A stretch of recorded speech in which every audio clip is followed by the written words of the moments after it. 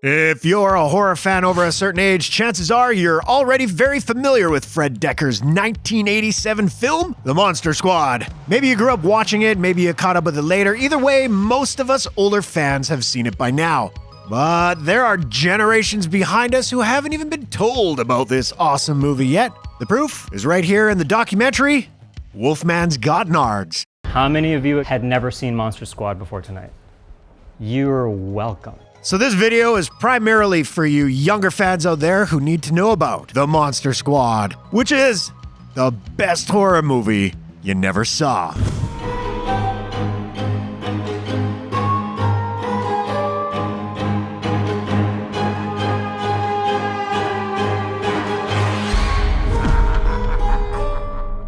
I want to thank you guys for watching the best horror movie you never saw and ask that if you enjoy our shows, please subscribe to our channel right now. Like the video and click on the bell so you can be notified each time a new video goes up. And now, back to the show.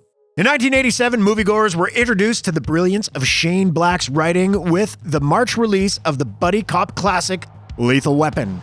But a little later in the year, another Shane Black project came and went without many people noticing. The project? The Monster Squad, which Black wrote with director Fred Dekker. Dekker had the initial idea for the Monster Squad when he was preparing to go into production on his feature directorial debut, the 1986 release, Night of the Creeps. It was an idea inspired by his love both of classic comedies and the Universal monsters. He enjoyed when those worlds collided in films like Abbott and Costello Meet Frankenstein and wanted to do something along those lines when he pitched the Monster Squad to his college friend Black as something they could write together, and he referred to the concept as The Little Rascals Meet the Universal Monsters.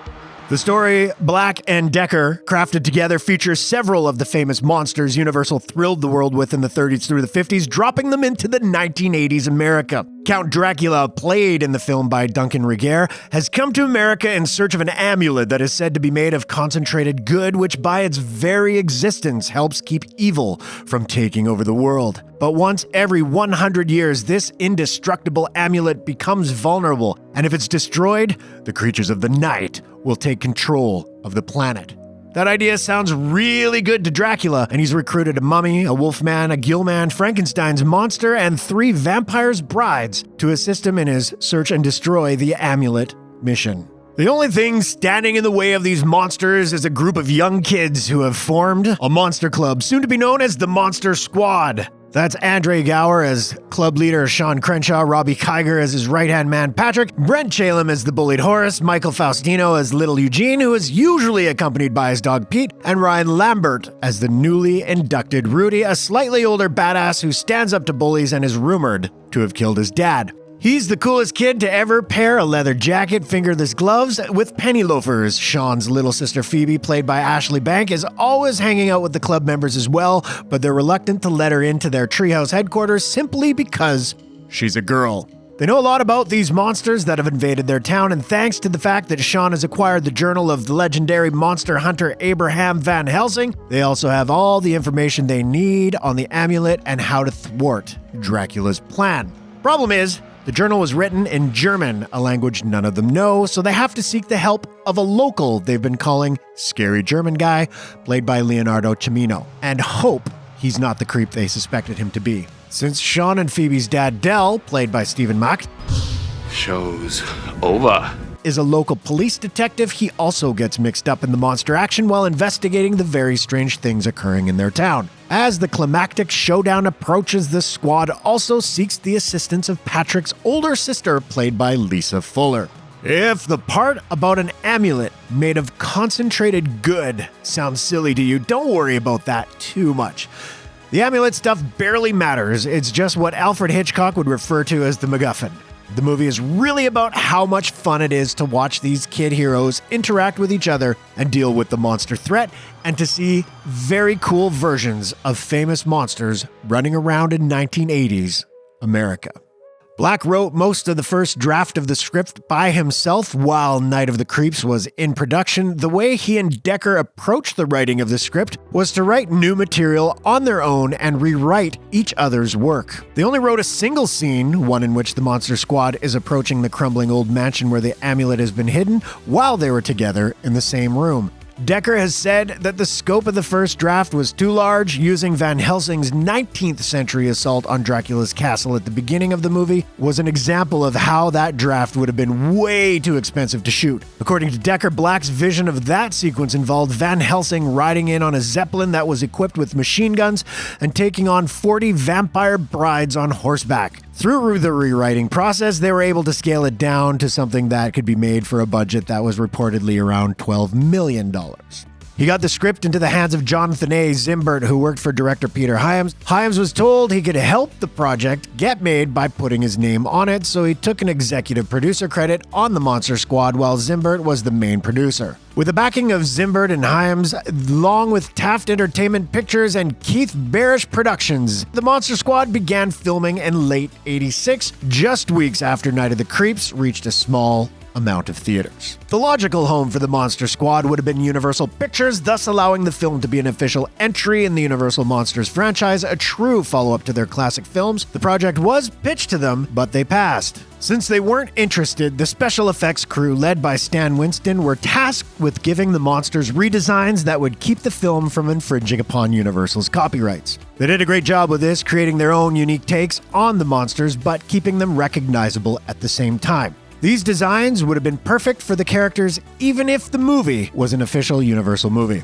The film didn't run into any trouble with Universal, but the production didn't go entirely smoothly. In fact, Dekker has said that he was in danger of being fired from his own movie after the first week of filming. That's because he and Hyams didn't see eye to eye on all of the creative decisions. Hyams didn't just stamp his name on the Monster Squad and let Dekker go off and do his own thing. He was heavily involved throughout the entire production, taking on what he described as a kind of godfather position. He wrote the text crawl that the movie starts with, did some second unit directing, and disagreed with some of Dekker's directing choices. Dekker has said that Hyams demanded he shoot what Dekker described as a boring master and boring coverage for every scene, and to keep the executive producer/godfather satisfied, he started doing so. The director would later come to understand why Hyams was so hands-on, since he was an established pro who had agreed to put his name on this movie from a 27-year-old fledgling director and wanted to make sure it would turn out well. Dekker has also said that Hyams came to trust him more as filming went on. TriStar Pictures released The Monster Squad on August 14th, 1987, 1 week shy of the one-year anniversary of their underwhelming release of Night of the Creeps. And The Monster Squad wasn't the hit it deserved to be either. Its box office haul came in just under $4 million, so it didn't even make back 1/3 of its budget. And part of its failure was due to the fact that it was overshadowed by The Lost Boys, which had been released just 2 weeks earlier. The Monster Squad would start developing a cult following very soon, but many of its fans didn't discover it until it was available to rent on home video or airing on cable. The film's cult following continued to grow over the decades, but it was so under the radar that Dekker and his cast weren't fully aware of it until some of them were invited on an Alamo Drafthouse screening in 2006. Dekker has even said he had no clue people liked his movie until that screening 19 years later after the film's release. After that screening, Lionsgate took on the challenge of meeting fan demand for a DVD release of The Monster Squad, and they did a hell of a job with it, delivering a 2-disc special edition that's packed with bonus features, including a feature-length documentary with 2 audio commentaries. That 2007 DVD release not only won awards, it was also the highest-selling catalog title for Lionsgate that year. Now, the size of the Monster Squad's cult following was really becoming obvious. Further home video releases and a lot more revival screenings have followed since then, so the following is still continuing to grow. In 2018, Andre Gower directed a documentary named after the film's most iconic line, WOLFMAN'S GOT NARDS! as a way to turn the spotlight back around on the film's fans and explore their love for this film that at first appeared to be a failure, but has become an enduring classic. Universal truly would have been lucky to have The Monster Squad as an official entry in their Monsters franchise and might have been able to market it to success in 1987. Even though the movie ended up being released by different companies, it's worthy of being counted among the Universal Monster classics, as it's an incredible tribute to those films. It brings great versions of all the most popular monsters together in one story and puts them all on screen together, something that Universal didn't even accomplish in their days of making Monster Mash movies. Duncan Regier, who stayed in character while he was on set, plays one of the most evil and intimidating Draculas of all time, threatening a 5-year-old girl, tossing dynamite into a treehouse he thinks has a bunch of kids in it, and plotting the apocalypse. The runner-up for the Dracula role was Liam Neeson, who is said to have given a brilliant audition, but they went with Regier because he was more terrifying. It was the right choice, as his Dracula would rank up there among the best of them, if only more people had seen the movie he's in. Another actor who stayed in character was Tom Noonan, who gives a very touching and endearing performance as Frankenstein's monster. This soft-hearted fellow isn't into the evil plans his master Dracula tries to force him to participate in, and when he's sent to retrieve Van Helsing's journal from the Monster Squad, he befriends the kids and stays with them. He has a particularly strong bond with little Phoebe, and many Monster Squad fans have shed tears over the final moments Phoebe and Frankenstein's monster have with each other. The actors who play the Monster Squad members never met Tom Noonan while they were making the movie with him.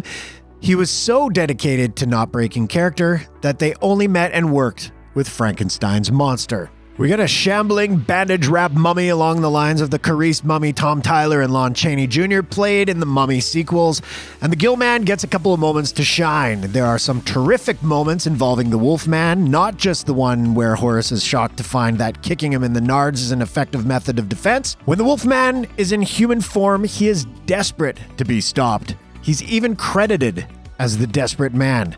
John Greaves gives an intense performance as this man who wants to be locked up or killed before he can wolf out again. The scene where he calls Del to warn him that Dracula is going to kill his son is really chilling. No, don't hang up! He's gonna kill your son! Opposite all those cool monsters, we get some of the best child characters to ever appear in a movie, characters that a lot of horror fans can relate to. If you had the opportunity and inclination to watch horror movies at a young age, chances are you were a lot like Monster Squad kids. Obsessed with monsters, always talking about creatures and horror with friends, and excited to check out the latest genre release. What's also great about these kids is when they find out there are monsters carrying out an evil plot to their town, they take it upon themselves to save the world and dive right into a plan to thwart the monsters.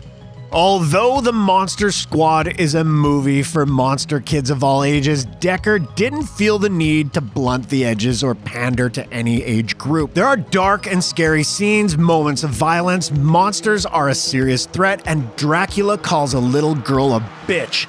The scenes with the kids are so well written that even viewers old enough to be their parents or grandparents could still enjoy them. If you love the classic monsters, you'll love this movie, and if you're just getting started watching horror, The Monster Squad is definitely a great gateway movie.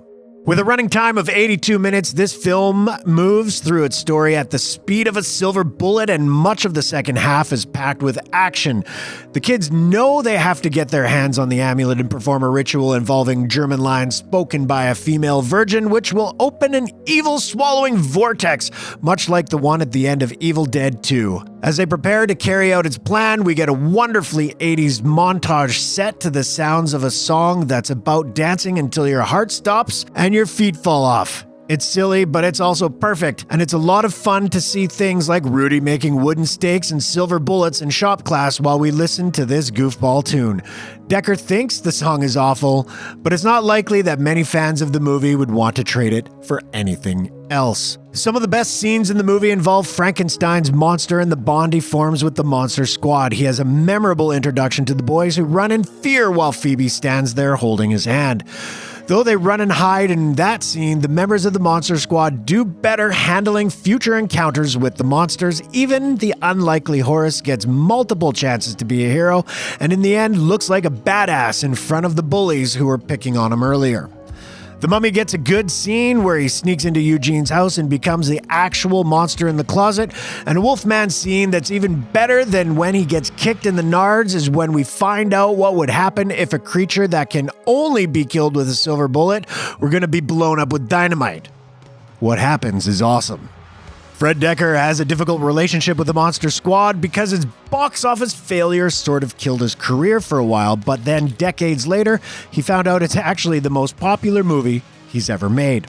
In the Wolfman's Got Nards documentary, he says, "I think it's my best movie. I think it's reached the widest audience of anything that I've done as a director. I think it's probably going to be on my gravestone, and I'm ambivalent about that." The analogy I make is, you do a piano concerto in front of an audience, and a couple of people applaud, and then they leave. And then 20 years later, somebody comes up to you in the street and goes, "I saw that piano concerto you did. It was incredible." There's such a disconnect from what you did to the response that is really hard to codify emotionally. It's like shooting a basket in 1987, and then it doesn't go in until 2006. That's weird, and that's really hard for me to kind of make sense of. I don't mean to downplay it.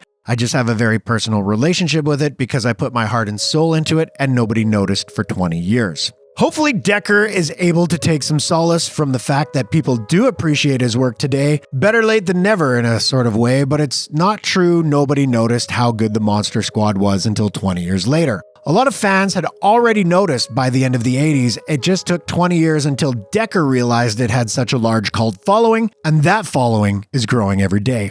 Before we wrap up here, I'd like to pay tribute to the Monster Squad stars we've lost over the years, including Jack Willem, who played Van Helsing and passed away in 2001, scary German guy himself, Leonardo Cimino, who passed away in 2012, Mary Ellen Trainor, who played Shawn's mother, passed away in 2015, and squad member Horace Brent Chalem, who tragically passed away in 1997 at the age of just 22. We send our heartfelt condolences out to their family, friends, and fans, and thank them to their contributions to the greatness that is the Monster Squad.